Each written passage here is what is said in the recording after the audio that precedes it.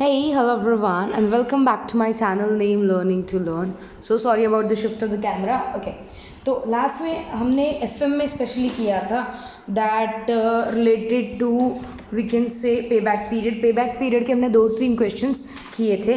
Even पे back का मैंने आपको एडवांटेजेस और डिसएडवांटेजेस भी कंक्लूड करके बताए थे, राइट. आज हम पे बैक पीरियड के आगे जाते हैं. सी, पे बैक पीरियड में काफ़ी सारे डिसएडवांटेजेस थे जिसकी वजह से पे बैक पीरियड को उतना अच्छा नहीं माना जा सकता. Okay, I just show you the notes. Okay, yes, हमने कैपिटल बजटिंग से शुरू किया था और मैंने क्लियरली आपको बताया था कि what is you can say पे बैक पीरियड, राइट. पे बैक पीरियड का फॉर्मूला एंड किस तरह कैलकुलेट किया जाता है पे back period, as well as इसका डिसीजन कैसे लेते हैं, इसके एडवांटेजेस और डिसएडवांटेजेस, ये हमने पिछली बार किए थे. बट इसी की वजह से एक नई चीज़ इमर्ज होके आई कि पे बैक पीरियड में काफ़ी सारी खामियां हैं जिसे हमें एड्रेस करना ज़रूरी है.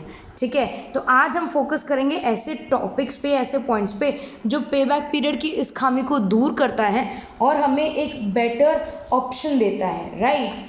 So yes, before starting this particular video, this is my YouTube channel name learning to learn जो आप अभी देख रहे हैं, एज वेल एज मैं अनअकैडमी पर पढ़ाती हूँ for NTA UGC net examinations. तो अगर आप NTA UGC नेट की प्रिपरेशन कर रहे हैं आप अनअकैडमी ज्वाइन कर सकते हैं and use this referral code to get 10% instant discount. ठीक है, and you can follow me on Facebook, Instagram, Twitter, Unacademy, Telegram etcetera everything. सबके डिस्क्रिप्शंस लिंक सबके लिंक्स डिस्क्रिप्शंस में दिए हुए हैं. So let us start with today's topic which is beyond capital budgeting. Okay, now let's try to solve post back profitability. ये सबसे पहला method होगा क्योंकि पे बैक पीरियड उतना इफेक्टिव नहीं होता, इसमें काफ़ी सारी खामियां होती हैं. तो इसलिए हम क्या करेंगे, हम एक बेटर ऑप्शन चूज़ करेंगे जिसका नाम है post pay back profitability. So post pay back profitability क्या होता है, देखो. पोस्ट पे बैक प्रॉफिटेबिलिटी हम कैसे कैलकुलेट करते हैं, total cash inflow in life minus initial cost, right, या annual cash inflow multiplied by total life minus pay back period. अब हम इसका एक एग्जाम्पल लेके सॉल्व करेंगे. ABC लिमिटेड 2 मशीन्स खरीदना चाहता है. ठीक है, मशीन A और मशीन B. मशीन A में कॉस्ट लगता है 60,000, मशीन B में कॉस्ट लगता है 60,000. तो दोनों के इनफ्लोज दे रखे हैं for the coming next 5 years. हमें सबसे पहले दोनों के पे बैक पीरियड लेने पड़ेंगे और फिर पोस्ट पे बैक पीरियड लेने पड़ेंगे. बट उसके लिए सबसे पहले हम इसका एक डायग्राम बनाएंगे ताकि हम इसको ईजिली समझ पाएँ, राइट. तो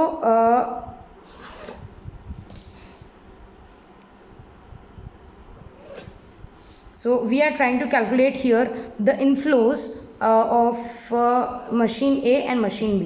Okay, machine A के inflow, cumulative inflows, right, machine B के inflow, cumulative inflows. Okay, तो machine A का फर्स्ट ईयर आता है, राइट, 60 उसका कॉस्ट हो गया. तो मशीन B का भी कॉस्ट आएगा 60. ठीक है, ये हो गया आउटफ्लो. ठीक है, अब हम इनफ्लो की बात करते हैं, बेटर रहेगा. Okay, inflow, cumulative inflow, inflow, cumulative inflow. Cumulative inflow क्या होता है मैं बताती हूँ. ठीक है, तो इनफ्लो में सबसे सारे 2020 है, तो फर्स्ट ईयर से मैं लेना चालू करती हूँ. 1 2 3 4 5. ठीक है, तो फर्स्ट ईयर में कितना मिला मुझे, टोटल 20. सेकेंड ईयर में 20 + 20 40. थर्ड ईयर में 60. फोर्थ ईयर में 80 और फाइनल ईयर में 1 लाख. तो टोटल मुझे इनफ्लो कितना हुआ, आउटफ्लो ये हो गया, इनफ्लो मुझे हो गया 1 लाख रुपए, राइट. तो ये हो गया फॉर A. B में ट्राई करते हैं. B में फर्स्ट है अपना 10,000. ठीक है, तो फर्स्ट ईयर में मुझे कितना मिला, टोटल 10,000. सो सॉरी, इनफ्लो यहाँ पर और CI यहाँ पर आना चाहिए था, बट ओके. कम्युलेटिव इनफ्लो का मतलब क्या होता है कि आप ईयर बाय ईयर इसको टोटल मारते जाते हो. ठीक है, तो 15 हो गया सेकेंड ईयर में, टोटल कितना हो गया 25, राइट. आफ्टर 25 यहाँ पर 15, 25 और 15 कितना हो गया, 5 + 5 10, 2 + 1 3, 40,000 आई गेस. Yes okay. फिर आया अपने पास 25, नो ये 25 था, आई एम रियली सॉरी 25 था, और ये 50 हो गया, ठीक है, ये 50 हो गया।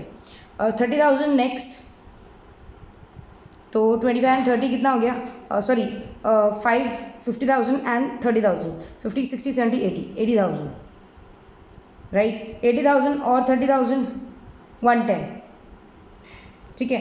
तो देखने से ही पता चल रहा है कि इन्वेस्टमेंट दोनों का सेम है, लेकिन एक का इनफ्लो 1 लाख है, एक का इनफ्लो 1,10,000 है, ठीक है।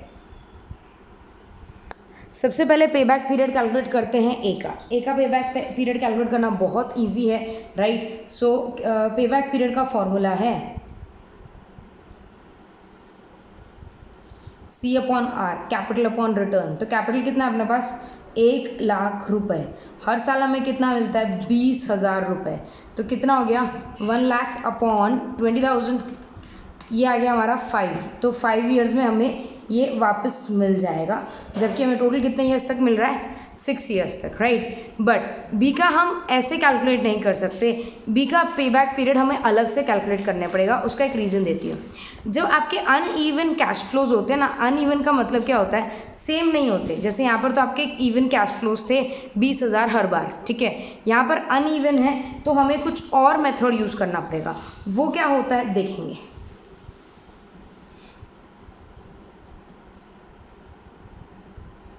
बी के लिए हम कैलकुलेट कर रहे हैं, राइट। तो सबसे पहले कितने ईयर में मुझे कंप्लीट होके मिल रहा है। जैसे मेरा कॉस्ट है 60,000, राइट। तो ऑलमोस्ट कितने ईयर में कंप्लीट हो रहा है ये, 4th ईयर में मुझे मिल जा रहा है लाइक 80,000 में तो कवर हो जाएगा। उससे जस्ट पहले का साल लेना है मेरे को, तो 3 ईयर्स, राइट।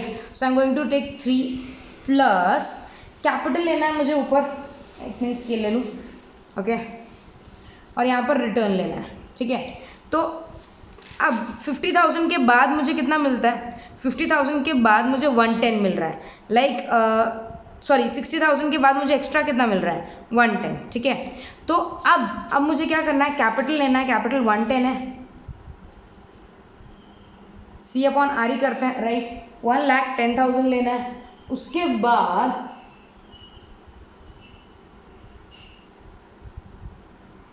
अपॉन 3,000, नहीं कैपिटल 1,10,000 आया, right. So we are going to take here 60,000 minus 50,000 upon 30,000, ठीक है। 60,000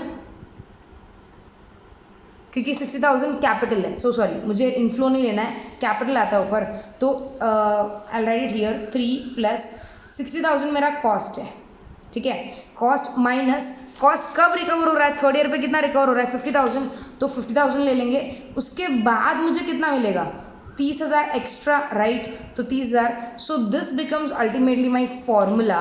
एंड अगर मैं इसको भी कैलकुलेट कर पाऊँ आपके लिए, सो 60,000 minus 50,000 upon 30,000 would be 0.33, so it is 3.33 years. अगर वैसे यूजुअली कभी भी आपके क्वेश्चन में नहीं आएगा अनइवन कैश फ्लोज, बट अगर अनइवन कैश फ्लोज आता है तो आपको यही करना होता है। दिस 3rd ईयर में हमारा कंप्लीट हो रहा है ऑलमोस्ट, राइट। वैसे 4th ईयर में हो रहा है, बट उसके जस्ट ऊपर वाला साल लेते हैं। तो 3 ईयर्स प्लस ये 50,000 भी हमें कंसिडर करना है। सो 3 प्लस कैपिटल है 60,000 माइनस 50,000 अपॉन उसके बाद का जो इनफ्लो आया 30,000, ये हमें लेना है। थोड़ा कॉम्प्लिकेटेड है बट यही आंसर आएगा। अब हम पोस्ट पे बैक कैलकुलेट करते हैं for A and B company, post pay back period profitability, okay. अब पोस्ट पे बैक प्रॉफिटेबिलिटी के लिए सबसे पहले ए लेते हैं हम लोग। This is very very simple, okay. तो बेसिकली हमें कितना कॉस्ट रिकवर करना था, 60,000, ठीक है।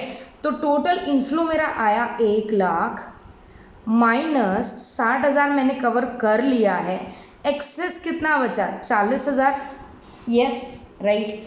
वैसे ही अगर मैं बी के लिए करूं, टोटल मेरा 1,10,000 आया है, कॉस्ट है 60,000, तो एक्सेस मेरे पास कितना है, 50,000, राइट। अब ये बेटर माना जाता है, क्यों, क्योंकि इससे आपको पता चलता है अगर मैं सपोज अगर मैं पे बैक पीरियड पे डिसीजन लेती, राइट, तो मैं बी को चूज करती, right. But if you see post back period में भी उसके बाद भी आपको कुछ अमाउंट्स मिल रहे हैं 40,000 एंड 50,000. ऑफकोर्स यहाँ पर पोस्ट पे बैक पीरियड में भी आप बी को ही चूज करोगे because B is giving more amount after pay back rather than A. So conclusion हमारा ये निकलता है बी प्रोजेक्ट या B machinery is to be chosen. Right क्यों? क्योंकि उसका पे बैक पीरियड भी जल्दी मिल जा रहा है और उसके बाद हमें काफ़ी हद तक पैसे मिल रहे हैं. ठीक है, तो ये एक इम्पॉर्टेंट मेथड है पढ़ने का पोस्ट पे बैक पीरियड. इसके बाद हम एक दो मेथड्स और पढ़ेंगे post back reciprocal etcetera. So make sure आप ट्यून इन करें मेरा चैनल. और इस तरह के इससे पहले जितने वीडियोस अगर आपने नहीं देखे हैं कि हमने किस तरह कैलकुलेट किया आपकी पे बैक पीरियड, ये क्वेश्चंस कब कैलकुलेट किए, तो इसी वीडियो में एंड में यहाँ पर एक बॉक्स सा दिखेगा जहाँ पर आपको ये पूरा प्लेलिस्ट मिल जाएगा. प्लीज चेकआउट करें. I hope this helps to you. So take good care of your self, study hard, keep learning. Any doubts please do let me know. Take care.